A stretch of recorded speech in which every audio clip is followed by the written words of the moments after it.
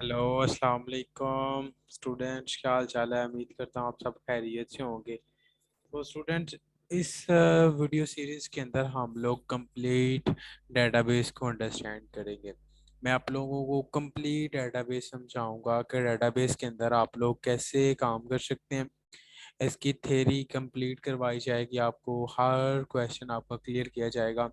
ये आपके सामने कोर्स की आउटलाइन शो है, जो हर यूनिवर्सिटी बेसिकली यही एक कोर्स आउटलाइन ऑफर कर रही है। तो हमारा भी इंस्टीट्यूट आपको यही कोर्स आउटलाइन ऑफर कर रहा है।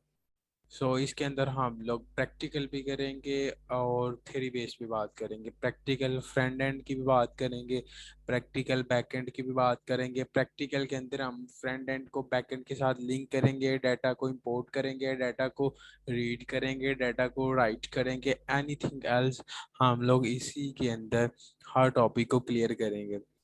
हम लोग स्टार्ट करते हैं। ये तीन टॉपिक तो आज मैं लेक्चर के अंदर क्लियर करूंगा। Introduction to database, basic concepts और डेटाबेस आज file base system. File base system क्या है और डेटाबेस के अप्रोचेस। हम लोग चलते हैं अपनी स्लाइड्स की तरफ। पहले हम लोग इंट्रोडक्शन से पहले हम लोग कुछ बातें हैं जो रेलिवेंट टू डाटा या रेलिवेंट टू डेटाबेस, मैं चाहता हूँ आप लोगों को आइडिया हो। सबसे पहले आपको ये पता होना चाहिए कि डाटा क्या है। डाटा किस चीज़ का नाम है। Data different students different understanding करते हैं, डिफरेंट जगह पे इसकी डिफरेंट डेफिनेशन है। लेकिन अगर सिंपल वर्ड के साथ बात की जाए तो डाटा मीन्स किसी भी चीज़ के बारे में फैक्ट एंड फिगर्स को हम लोग डाटा कहते हैं। वो कोई भी चीज़ हो सकती है, वो इंसान हो सकता है, वो ह्यूमन हो सकता है, वो कोई मशीन हो सकती है, वो कोई इमेज हो सकती है, एनीथिंग एल्स। वो कुछ भी हो सकता है, कुछ एक्टिविटी हो सकती है, कुछ कुछ भी वो हो सकता है। उसके रेलिवेंट डाटा, जो रेलिवेंट चीज़ें होती हैं उसे हम लोग डाटा कहते हैं। अब ये डाटा तो है। अब आपके माइंड में ये क्वेश्चन होगा कि डाटा आ गया, अब हम लोगों ने, जाहिर सी बात है कोई भी डाटा होगा हम लोग उसे कहीं ना कहीं किसी ना किसी जगह पे स्टोर करेंगे, किसी ना किसी जगह पे रखेंगे। और डाटा क्यों होता है? डाटा का कोई बेनिफिट होगा कि किसी भी चीज़ के बारे में इंफॉर्मेशन एक्सट्रैक्ट करने के लिए हम लोग डाटा का यूज़ करते हैं। फॉर एग्जाम्पल अगर एप्लीकेशन में बात करें तो आप कोई भी नई एप्लीकेशन बनानी है तो सबसे पहले आपको पास डाटा होना चाहिए, आपको किसके रेलिवेंट एप्लीकेशन बनानी है। सबसे पहले अगर आप बनाते हैं जी स्टूडेंट मैनेजमेंट सिस्टम, तो पहले आप किसी यूनिवर्सिटी को विजिट करें। अगर आपके पास कोई प्रोजेक्ट है तो आप किसी क्लास को विजिट करें, ताकि आपको क्लियर हो कि स्टूडेंट मैनेजमेंट सिस्टम क्या जरूरत है मार्केट की, क्या उसका डाटा ठीक है।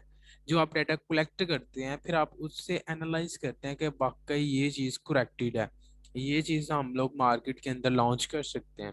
इस चीज़ को डाटा कहते हैं। डाटा से आप बहुत ज़्यादा बेनिफिट्स उठाते हैं। तो ये बेसिक कॉन्सेप्ट था डाटा का।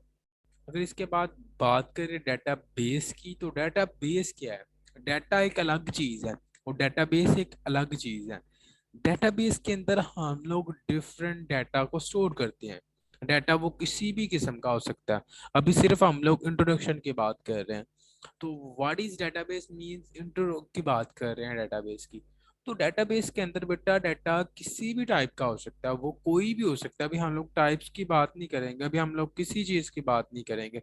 अभी जस्ट बात करेंगे डेटाबेस की, बात करेंगे डेटाबेस क्या है। तो अगर सिंपल वर्ड्स के अंदर बात की जाए तो एक ऐसा रूम, अगर मैं वैसे को डिफाइन करना चाह रहा हूँ तो कोई ऐसी जगह जहाँ पे हम लोग कलेक्शन ऑफ डाटा को स्टोर स्टोर कर सके, इसे डाटा कहते हैं। डेटाबेस के अंदर हम लोग एक, हमें ऑनलाइन सर्वर मिल जाता है जिसके ऊपर हम एक, कह लीजिए जैसे फॉर एग्जांपल अगर कोई रूम बुक किया हुआ है, हम लोगों ने कोई होटल के अंदर हम लोगों ने रूम बुक किया हुआ है, और उस रूम के अंदर हम लोगों ने अपनी चेयर ला कर रख देते हैं, अपना डाटा, अपनी फाइल्स वगैरह वगैरह वगैरह वगैरह हर चीज़ हम लोग एक सीक्वेंस वाइज रख देते हैं, और जब जरूरत पड़ती है हम लोग वहां से उठा लेते हैं। ये भी एक डाटाबेस ही है। ये भी एक डेटाबेस है जहां से कलेक्शन ऑफ डाटा पड़ा हुआ है। वो डाटा किसी भी चीज के रेलिवेंट हो सकता है, वो चेयर का डाटा हो सकता है, वो किसी पर्सन का हो सकता है, वो एम्प्लॉयज का हो सकता है, वो एनीथिंग एल्स, कुछ भी हो सकता है। तो डेटाबेस सिंपल वर्ड्स के अंदर बात करें तो ये है। अगर इसे बात करें कंप्यूटर लैंग्वेज के अंदर तो डेटाबेस क्या है? तो ये एक इलेक्ट्रिकल, हमारे पास इलेक्ट्रॉनिकल स्टोरेज होती है जो मल्टीप्लिकेशन ऑफ डाटा को कहते हैं हम लोग, जिसके अंदर हम लोग डिफरेंट डाटा स्टोर करते हैं ऑनलाइन सर्वर के ऊपर। तो हम लोग इसे इजीली बनाते हैं और फिर इसमें डाटा स्टोर करते हैं, और जब हमें चाहिए होता है तब हम लोग इसे इसमें से डाटा को एक्सट्रैक्ट कर लेते हैं या इंपोर्ट कर लेते हैं, या कभी रीड कर लेते हैं, कभी राइट कर लेते हैं, कभी डिलीट कर लेते हैं, कभी अपडेट कर लेते हैं, कुछ भी। मैं आपको इसकी फिर एग्जाम्पल बताने लगा हूँ, आपको इस एग्जाम्पल से क्लियर हो जाएगा कि वाकई डेटाबेस इस चीज का नाम है। अगर बात करें फेसबुक का, तो फेसबुक क्या करती है, फेसबुक के पीछे एक बाकायदा डेटाबेस पड़ी हुई है, उसे डाटा वेयर हाउसेस मतलब डाटा सेंटर्स बने हुए हैं जिसके अंदर डेटाबेसेस पड़ी हुई हैं। डाटा सेंटर्स एक अलग चीज है, वेयर हाउसेस एक अलग चीज है, वहां पे डेटाबेसेस पड़ी हुई है। वो क्या करती है फेसबुक, अब जाहिर सी बात है, मैं किसी पिक्चर अपनी को अपलोड कर रहा हूँ, मैंने पिक अपनी अपलोड की है, तो वो कहीं ना कहीं पे तो वो स्टोर है। अब मुझे नहीं पता कि वो डेटाबेस कहाँ पे है, लेकिन ये तो पता है ना मुझे एटलीस्ट कि वो डेटाबेस के अंदर अब वो किसी हवा में तो पिक्चर नहीं ना पड़ी हुई, वो मेरी पिक्चर 10 साल 20 साल 100 साल तक भी उसी डेटाबेस के अंदर पड़ी रहेगी। इसी तरह आप जो भी एक्टिविटीज फेसबुक के ऊपर करते हैं, आप लोग फ्रेंड रिक्वेस्ट भेजते हैं, रिसीव करते हैं, डिलीट करते हैं, चैट करते हैं, एडवर्टीजमेंट करते हैं, कुछ भी आप लोग करते हैं, तो वो सारा कुछ यूजिंग डेटाबेस ही होता है बेटा। वो होता ये है कि आप डाटा भेज देते हैं, वो डेटाबेस डाटा को इजीली स्टोर कर लेती है, और जब वो क्या कहते हैं, जब आपको जरूरत होती है तो दोबारा वो राइट करके आपको दिखा, जब आप शो डाटा पे प्रेस करते हैं तो वो शो कर देती है आपको। इसी तरह आपका पासवर्ड, आपका यूजर नेम इसी तरह वो बनता है। आप पहले डेटाबेस के अंदर डाटा, जब आप रजिस्टर्ड होते हैं किसी चीज के ऊपर, तो आपका यूजर नेम और जस्ट आपकी ईमेल एड्रेस और आपका पासवर्ड डेटाबेस के अंदर स्टोर हो जाता है। और जब आप लॉग इन करते हैं, साइन अप करते हैं, तो वही चीजें वो मैच करता है डेटाबेस के, क्या इस पर्सन पहले एग्जिस्ट करता है, अगर एग्जिस्ट करता है तो वो वैलिड करके ना उसे भेज देता है, उसे वैलिड कर देता है, एक्सेस दे देता है। ये डेटाबेस का इन्वॉल्व होता है। सो आगे हम लोग चलते हैं टाइप ऑफ डेटाबेस। अब जाहिर सी बात है, डेटाबेस है तो डेटाबेस की डिफरेंट टाइप्स भी होंगी। कोई कुछ टाइप की होगी, कोई कुछ तरह का काम करती होगी, कोई कुछ तरह का काम करती होगी। आप लोग अपनी यूनिवर्सिटीज के अंदर, या आप अपने मैं कह रहा हूँ कोर्सेज के अंदर, या आप जहाँ से भी कुछ कुछ भी कह रहे हैं, तो आप डिफरेंट डेटाबेसेस को पढ़ेंगे। तो हम लोग जो मेजरली हमारा कंस्ट्रक्शन होगी, जो मेजरली हम लोग फोकस करेंगे किसी चीज के ऊपर, तो वो होगा रिलेशनल डाटा टाइप। हम रिलेशनल डेटाबेस की ही बात करेंगे। रिलेशनल डेटाबेस को ही इस पूरे कोर्स के अंदर एक्सप्लेन किया जाएगा डीपली। वैसे हम लोग इन टच करेंगे हर डेटाबेस के हर डेटाबेस के साथ, बट जो हमारा मेन फोकस होगा वो रैशनल डेटाबेस के साथ ही होगा। सो बात करते हैं डिफरेंट टाइप्स की। तो टाइप्स के अंदर इसकी पहली जो टाइप है, अब हम बात करते हैं डिस्ट्रीब्यूटिव डेटाबेस के। डिस्ट्रीब्यूटिव डेटाबेस मैं आपको डिफाइन नहीं करूंगा, मैं आपको डेफिनेशन एग्जैक्ट ऊपर से तो आप लोग भी पढ़ रहे हैं। क्या distributive database is a type of database that is distribution of from the common database and information captured by the local computer.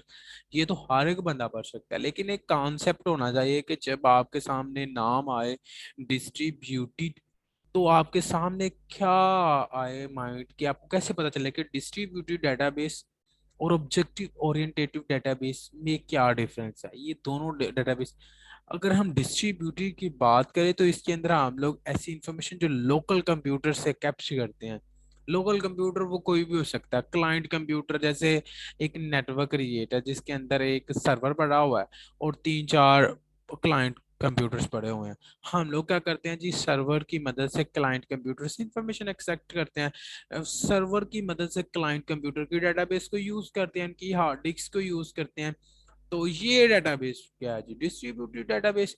जैसे फॉर एग्जांपल देखें, फॉर एग्जांपल आपके साथ आप एक ऑफिस में काम कर रहे हैं। ऑफिस के अंदर आप लोगों ने देखा होगा कि जो एचआर या कोई हेड ऑफ डिपार्टमेंट बैठा होता है, उसके बाद एक्सेस होती है कि वो हर क्लाइंट, हर यूजर के जो इसके पास एम्प्लॉयर्स हैं उनके लैपटॉप की एक्सेस होती है। तो वहां से बैठ के हर यूजर का काम देखता होता है कि भाई इसने इतना काम किया, ये किया, ये किया, उनकी डेटाबेस को एक्सेस करके उन्हें पता होता है कि ये डेटाबेस के अंदर ये वर्किंग हो रही है, या ये लोग वर्क कर रहे हैं, तो उनके डेटाबेस को वो एक्सेस कर रहा होता है। तो इसमें कोई मुश्किल वाली बात नहीं है कि आप कैसे इस चीज़ को अंडरस्टैंड करेंगे। आप लोगों ने बस ये चीज़ ध्यान में रखनी है कि ऐसी चीज़ जो आपकी अपनी नहीं, लेकिन आप दूसरे की, आप नेटवर्क की मदद से दूसरे के लैपटॉप के साथ कनेक्टेड है और उसकी डेटाबेस को यूज़ कर रहे हैं। फॉर एग्जांपल, अगर आपका लैपटॉप है और आप अपने कज़न के लैपटॉप के साथ कनेक्टेड है नेटवर्क के थ्रू, आप उनके नेटवर्क, उसके लैपटॉप की डेटाबेस को यूज़ कर रहे हैं, तो ये डिस्ट्रीब्यूटेड डेटाबेस हो जाएगी, उस कैटेगरी के अंदर फॉल करेगी। अगर हम रैशनल डेटाबेस की बात करें तो इस ये बहुत ही ज्यादा यूज होने वाली डेटाबेस है। ये एक ऐसी डेटाबेस है जिसके अंदर डिफरेंट टेबल्स क्रिएट करते हैं हम लोग। हाँ, हम लोग इसे मार्केट के अंदर मोस्ट पॉपुलर डेटाबेस यूज होती है तो यही होती है, जैसे फेसबुक की डेटाबेस यही है, अगर इंस्टाग्राम की बात करें तो वो भी यही है। तो ये इसके अंदर टाइप्स आ जाती हैं कि टेबल के अंदर डाटा है या अनटेबल डाटा है, स्ट्रक्चर डाटा है या अनस्ट्रक्चर्ड डाटा है, वो आपने घबराना नहीं है। तो मोस्ट पॉपुलर यही है। अब डेटाबेस बन जाती है तो डेटाबेस को बनाने के बाद हम लोग इसे कंट्रोल करते हैं। इसके अंदर ये फीचर है कि आप जब डेटाबेस को कंट्रोल करते हैं तो आप उसके लिए डीबीएमएस यूज करते हैं, सॉफ्टवेयर मैनेजमेंट सिस्टम। तो आप लोग वो यूज करते हैं। तो इसके अंदर जो आपके पास जो मेजरली हैं वो तीन ही है कि आप ओरेकल यूज कर सकते हैं, आप माई एसक्यूएल यूज के सर्वर यूज कर सकते हैं, Microsoft SQL server database use कर सकते हैं, फाइबेस यूज कर सकते हैं, लाइव ओरेकल यूज कर सकते हैं। आप किसी के ऊपर भी कुछ भी प्रैक्टिस कर सकते हैं। इसके बारे में हम ब्रीफिंग करेंगे। अब ऑब्जेक्ट ओरिएंटेड डेटाबेस की बात करें तो ये एक ऐसी डेटाबेस है जो सपोर्ट करती है all storage of all data type. अब देखें, अब ये जो रिलेशनल डेटाबेस है ना, तो ये सपोर्ट नहीं करती कि आप, अगर आप यूजर है, आप नेटवर्क के अंदर है, तो आप दूसरे के लैपटॉप को एक्सेप्ट करें। ये एक ऑनलाइन सर्वर के ऊपर होती है जो यूजिंग मैनेजमेंट सिस्टम या यूजिंग डेटाबेस मैनेजमेंट सिस्टम को आप कंट्रोल करते हैं। अब डिस्ट्रीब्यूटिव एक अलग क्या है, ये एक अलग है। ऑब्जेक्टिव ओरिएंटेड वो है जो दोनों को सपोर्ट करती है, जिसके अंदर आप हर काम कर सकते हैं। ऐसे कह ले कॉम्बो है, इसमें हर टाइप का डाटा आप स्टोर भी कर सकते हैं, इंपोर्ट भी कर सकते हैं, डिलीट भी कर सकते हैं। इसमें आप किसी ऑब्जेक्ट का डाटा स्टोर कर लेते हैं।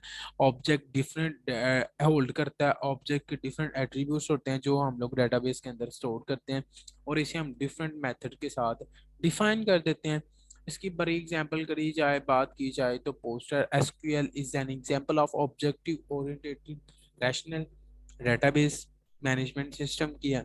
तो ये इसकी एग्जांपल है। अब हम सेंट्रलाइज डेटाबेस की बात करें तो ये एक सेंट्रल लोकेशन के ऊपर होता है जिसपे डिफरेंट, देखिए मैं आपको एग्जांपल के साथ बताता हूँ, आपको पता चल जाएगा। देखिए, हम लोगों ने किसी एप्लीकेशन की बैकएंड की इंफॉर्मेशन चाहिए हो ना, हमें उसके रिसोर्सेज चाहिए हो। अभी लोकल यूजर तो नहीं रिसोर्सेज को यूज करते, लेकिन जो हाईली यूजर्स होते हैं, जो बैकएंड प्रोसीजर्स देखते हैं, एप्लीकेशन के जो बग्स फाइंड करते हैं, जाहिर सी बात है उन्हें डेटाबेस की लोकेशन का पता होता है। तो वो उस तरह की जो डेटाबेसेस होती हैं वो सेंट्रलाइज डेटाबेस के अंदर आ जाती है। अब ओपन सोर्स की बात करें तो ये वो डेटाबेसेस है जिसके ऊपर आप मार्केटिंग करते हैं। अब हर तरह का डाटा एक अलग डेटाबेस में, ये ध्यान में रखिएगा, फेसबुक सिर्फ रिलेशनल डेटाबेस के ऊपर ही रिलाई नहीं कर रही, वो ऑब्जेक्टिव ओरिएंटेड भी, वो सेंट्रलाइज पे भी, वो ओपन सोर्स पे भी। क्योंकि देखिए, ओपन सोर्स पे कैसे आप फेसबुक के ऊपर एड्स प्ले करते हैं, तो वो ओपन सोर्स के अंदर ही बेटा प्ले होते हैं, वो उस डेटाबेस के अंदर प्ले होते हैं। ये हर चीज को डिवाइड किया गया कैटेगरी वाइज, हर चीज अपने हिसाब से हो रही है, ये नहीं कि हर चीज आगे पीछे नहीं, आपकी हर चीज सीक्वेंस वाइज ही एक्सप्लेन की जा रही है और सीक्वेंस वाइज ही हो रही है। अब हम नेक्स्ट चलते हैं। नेक्स्ट कुछ कंपोनेंट्स हैं। हाँ, डेटाबेस के कुछ कंपोनेंट्स होते हैं, हार्डवेयर है, फिर सॉफ्टवेयर है, फिर डाटा है, फिर प्रोसीजर है, फिर डाटा एक्सेस लैंग्वेज है। अब इसी तरह डाटा हार्डवेयर से होता है, सॉफ्टवेयर से होता है प्रोसेस के थ्रू दोबारा हार्डवेयर, फिर इसी तरह डाटा घूमता रहता है। हम हार्डवेयर, आपको ये समझ, हार्डवेयर हमारा लैपटॉप हो सकता है, आप कोई भी डाटा लेते हैं हार्डवेयर के अंदर, यूजिंग सॉफ्टवेयर आप यूज करते हैं। फिर वो होता क्या है डाटा, फिर वो डाटा एक प्रोसीजर के थ्रू क्या करते हैं जी, एक प्रोसीजर के थ्रू आप लोग उस डाटा को डेटाबेस के अंदर भेजते हैं, फिर उसी प्रोसीजर के थ्रू आप डाटा को हार्डवेयर के अंदर, फिर सॉफ्टवेयर के अंदर, फिर डाटा, फिर इस तरह ये प्रोसेस चलता रहता है। अब डिफरेंट कंपोनेंट्स के अंदर जो हार्डवेयर है वो कंसिस्ट, जैसे मैं आपको पहले बता सकता हूँ, जो भी हमारे फिजिकल इलेक्ट्रॉनिक्स डिवाइसेस होते हैं वो हार्डवेयर के अंदर आ जाते हैं। इस तरह सॉफ्टवेयर की बात करें तो आप डिफरेंट सॉफ्टवेयर आप लोग यूज कर रहे हैं जो डिफरेंट मैनेज करते हैं, जैसे ऑपरेटिंग सिस्टम है। सॉफ्टवेयर एक खुद सेट ऑफ इंस्ट्रक्शंस है जो किसी भी चीज को मैनेज करने के लिए हम लोग बनाते हैं, इस नाम सॉफ्टवेयर है। अगर डाटा की बात करें तो वही पहली बात, फैक्ट एंड फिगर्स या अनकैगराइज्ड फिगर्स की हम बात करें तो वो ही डाटा कहलाता है, जो मैंने आपको पहले बता दिया।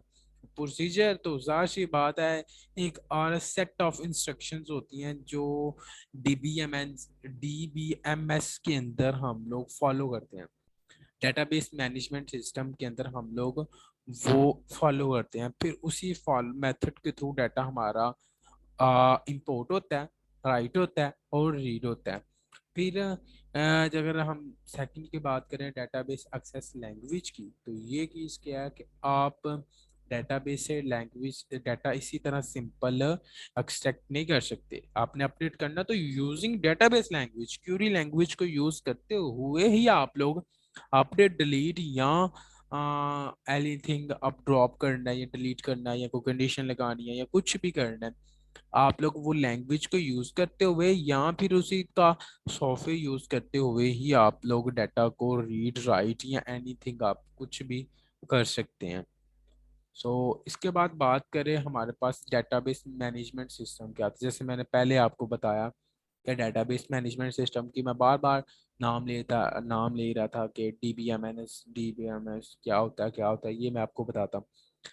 कि मैं आपको सिंपल बताता हूँ, डीबीएमएस हम लोग यूज क्या करते हैं, हमारे पास एक यूजर इंटरफेस कैले होता है, एक सॉफ्टवेयर होता है जो हेल्प करता है कि आप लोग किसी भी एप्लीकेशन की डेटाबेस बना लो। आप क्या करते हैं, जैसे मेरे पास डीबीएमएस, मैं उसे ऑन करता हूँ ओरेकल को या माई एसक्यूएल को, मैं किसी को भी ऑन करता हूँ। मैं ऑन करके क्या करता हूँ, वहां पे अपनी डेटाबेस को क्रिएट करता हूँ, कंप्लीट डेटाबेस क्रिएट करता हूँ और फिर क्या करता हूँ, उसी सॉफ्टवेयर को यूज करते हुए मैं एप्लीकेशन के साथ उसका लिंक कर देता हूँ। तो ये डीबीएमएस है। आप इसे क्यूरीज के थ्रू भी कर सकते हैं, इसी तरह भी कर सकते हैं। ये डेटाबेस मैनेजमेंट सिस्टम है। यही डेफिनेशन लिखी हुई है, is a collection of program that enable its user to access database, multiply data, report and represent data. Data को अपडेट करना, डिलीट करना, मल्टीप्लाई करना, ये कुछ भी मल्टीप्लिकेशन, ये सारा कुछ इसी के अंदर होता है। उसका जो फर्स्ट दफा कॉन्सेप्ट दिया गया था वो दिया गया था 1960 को। 1960 को इसका पहला कॉन्सेप्ट दिया गया था 1916 को। तो वो यही इसी चीज, पहले ये क्यूरी बेस पे था, लेकिन जब एफिशिएंट सिस्टम बनाना चाहा तो इसलिए हम लोगों ने इसे इसका कॉन्सेप्ट बनाया कि क्यों ना कोई ऐसा सॉफ्टवेयर या ऐसा सिस्टम बना लिया जाए जिसकी मदद से ये सारी चीज़ों को कंट्रोल कर सके। तो इंशाल्लाह मिलते हैं नेक्स्ट लेक्चर में, और इंशाल्लाह आगे मूव फर्दरली हम लोग बात करते हैं कि डिफरेंट थिंग्स क्या होती हैं। ओके, अल्लाह हाफिज़।